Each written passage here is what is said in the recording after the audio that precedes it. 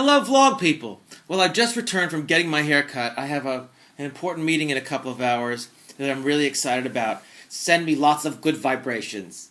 I just got my hair cut, and I don't know what it is. I don't know what it is. I can say, you know what, just take a little bit off. Just a tiny bit off. Think of this as a trim. Just to shape it, just to take some of the bulk out. Not a haircut. And they say, okay, great. And then I reiterate again to the point of being, insulting to them. No, really, truly, not so much off. Just a tiny bit en pou. Just to shape it. Just think of this as a trim. Tiny. Just a little, just the smaller. Then the guy turns me away from the mirror, faces another thing, presumably so I cannot follow his work. And he says, believe me, I'm with you. I get butchered all the time. People tell me not to worry about it, and then they cut away. He goes, believe me, I'm very sensitive to that. And I said, you know what, I'm not trying to tell you what to do, but just think of it, I said it again, just take a little bit off. Just a tiny bit off. Think of this as a trim. Just to shape it, not a haircut, just to take some of the bulk out. I didn't see my haircut until it was done, and can I just say, it's too short! What do I need to do? What do I need to do? I can't be, I don't know. You want to let people do their thing, but not on my head. It's my new credo. Do your thing, but not on my head. Anyway, I wanted to write you. I wanted to talk to you guys because there was this story, a Yahoo News story, which I'm not even going to tell you how to find it, the link to how to find it, that was basically about the older we get, that the propensity for depression is higher. And it starts, in your 20s, you're exuberant and hopeful. In the 30s, it's a little more whatever. And then, but going into from the 30s to the 40s, it becomes more depressing. And there's actual more depression in one's 40s because of aspirations not realized, dreams unfulfilled, blah, blah, blah. And then as we get into our 50s and as we get into our 60s, it gets better and better. And so then by the 70s, if we're in good physical shape, we have the same kind of mental exuberance and feel as good as we did in our 20s. So it's like this big U, it's like you feel really great, and then the older you get, you feel really lousy, and then and then you feel better again. I read the article, and I'm like, well, I guess I can see that.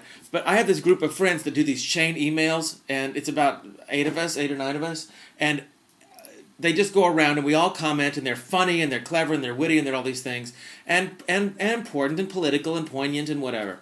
So my friend Jenny, here's how she responded to this, and I had to read this to you. She says, I read the article and I think it's gobbledygook. People get depressed when they mentally berate and beat up on themselves, which leads to a dearth of dreaming about, hoping for, and positive expectation of what they want to have and experience in their lives. Everyone creates their own reality. We get what we predominantly think about. However, we frequently have a thought about something we want and then in the next moment nullify that thought by thinking, oh, but it's too expensive, or oh, but they don't want me, or oh, they won't book me, or oh, I can't have that. Well, there's a long list of ways we stop the possibility of something we want dead in its tracks with a thought that is contradictory to it. The key, she says, is to be aware of which thought feels better. The key to happiness is to keep reaching for the thoughts that feel better. The key to happiness is to keep reaching for the thoughts that feel better. The key to happiness is to keep reaching for the thoughts that feel better. Got it? And to always give ourselves and others a break. Give ourselves and others a break. She goes on to say, I recently had an email from a high school friend who said she always gets sick around her birthday, and she thinks it's because she starts thinking about what she could have accomplished in her life. That's beating up on herself, she says. I just wrote back to her that to me, regarding accomplishments, saying something or doing something for somebody that lifts his or her spirits is more significant to me than making lots of money and winning some award. This is not to say that there's anything wrong with money or awards. All I did was convey a thought to her that felt better than what she had chosen to think about herself. All I did was convey a thought to her that felt better than what she had chosen to think about herself. And then she ends by saying, those are my thoughts, and I'm sticking to them. Well, you know what?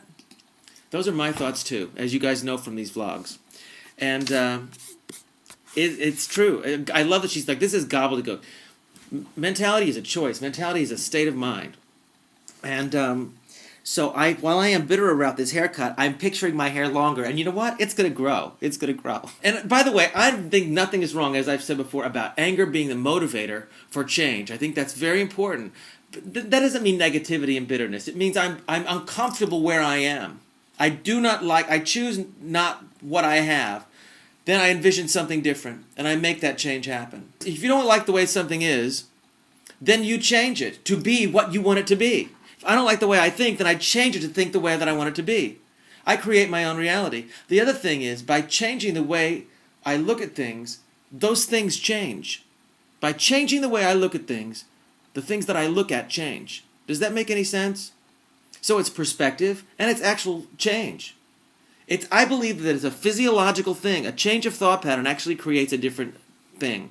I'm not trying to get cosmic on you guys. But, if we want change, and I'm talking about whether it's politics, in your own life, whatever it is, envisioning that change and envisioning what we want and saying, feels better, as my friend Jenny said, feels better than saying, God, I'd really love to have that, but here's why I can't have it. But they're not going to like me because, well, there's already somebody else who wants that. There are so many things that we can do to sabotage our path, to sabotage our dream, to sabotage. Or it's like we think we obligate ourselves to wishing for it and then can immediately nullify it. Immediately nullify it. Well, here's why I can't. I'm so tired of people telling me why they can't do something, aren't you? Got in business when somebody's like, here's the reason. Because so-and-so, because it's, we need to wait 6 weeks after Sundance. People are in the chaos of not being able to do anything because of the strike. That's one of my favorite excuses. We need to not approach them because their cat died and it was only 3 weeks ago. Here's one of my favorites. I'm not going to vote for anyone because it doesn't make any difference. Or what if they say no? What if they don't? And of course, if enough people are uncomfortable about something and want the same change and envision the same change, then real things begin to happen. Which is kind of the cool thing about having a new president every 4 years. Unless they stay around for 8. It's like when people say, pray for you, pray for me for something. That's asking people's collective energy to come together for something. So here we are again on this political time. If enough people are sick of something and want change, they will put faith in that change and they will create that change. I'm so way talking too much. It's all choice. Isn't that fantastic? Isn't that fantastic? Anyway, I hope you're having a great day, and I hope you're envisioning having a great day. I had a friend whose outgoing message used to end with, have a great day. Unless you have other plans. I love the part that Jenny said about doing something to make someone else feel better, to lift their spirits, because that makes me feel better. She's right on it, Jenny. We love Jenny.